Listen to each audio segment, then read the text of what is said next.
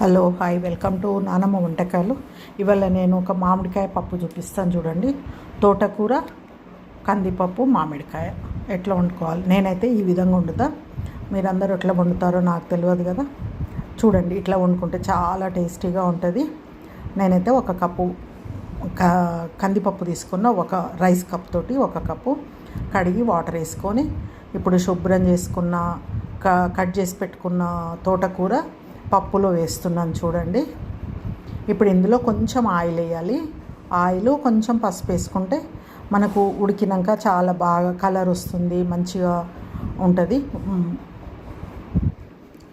Oil వేస్తే మంచిగా ఉడుకుతుందని వేస్తాము కందిపప్పులో. అయితే మేము అట్లా కుక్కర్ పెట్టేటప్పుడు ఉట్టిగా పెట్టినా కూడా. ఇప్పుడు ఆ కుక్కర్ ఒక 2 విజిల్ రాగానే బంద్ చేసుకుందాము. స్టవ్ మీద పెట్టిన కుక్కరు. ఇప్పుడు మామిడికాయ అయితే ముక్కలు కట్ చేసి పెట్టుకున్నాను, పీల్ చేసి. ఒక మామిడికాయ, దానికి పచ్చిమిరపకాయల కారమే సరిపోయినంత అంతే వేస్తున్నాను చూడండి. మనం తినేదాన్ని బట్టి వేసుకోవాలి. మిర్చి 2 ఎల్లిపాయలు సాల్ట్ వేసి గ్రైండ్ చేసి పెట్టుకున్నా. మనకు కుక్కర్ అయితే వచ్చేసింది, విజిల్ వచ్చేసింది. మనకు ప్రెజర్ పోయిన తర్వాత అట్లా కలిపేసుకొని మామిడికాయ ముక్కలు, ఈ పచ్చిమిరపకాయల కారము వేసేసుకోవాలి. ఇదంతా కలిపేసి అట్లాగే ధనియాల పొడి కూడా వేసుకోవాలి.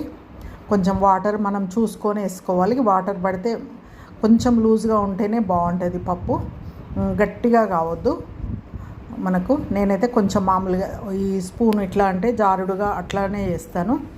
ధనియాల పొడి, కొత్తిమీర వేసేసిన. ఇది కొంచెం ఉడకంగానే తొందరగానే ఉడికిపోతుంది. మామిడికాయ పుల్ల ఉంటుంది కదా, తొందరగా ఉడికిపోతుంది.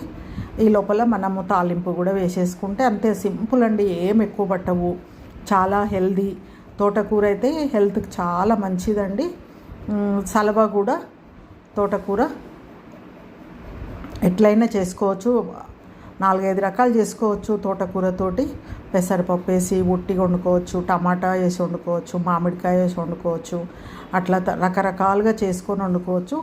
ఆకుకూరలు ఎక్కువ తింటే ఎండాకాలము మనకు హెల్త్కి కూడా మంచిగా ఉంటుంది. ఇట్లా చూడండి, తాలింపు అయితే అయిపోయింది. తాలింపు కూడా సింపుల్ అండి. 2 ఎల్లిపాయలు కొట్టేసాను, ఎండుమిర్చి, జీలకర్ర, ఆవాలు, అంతే. ఇంకా స్టవ్ ఆపేసేసిన. ఇప్పుడు మనం బౌల్లోకి ఒక గిన్నెలోకి తీసేసుకుందాము. పప్పు రెడీ అయిపోయింది చూడండి. మీరు కూడా చూడండి, చేయండి.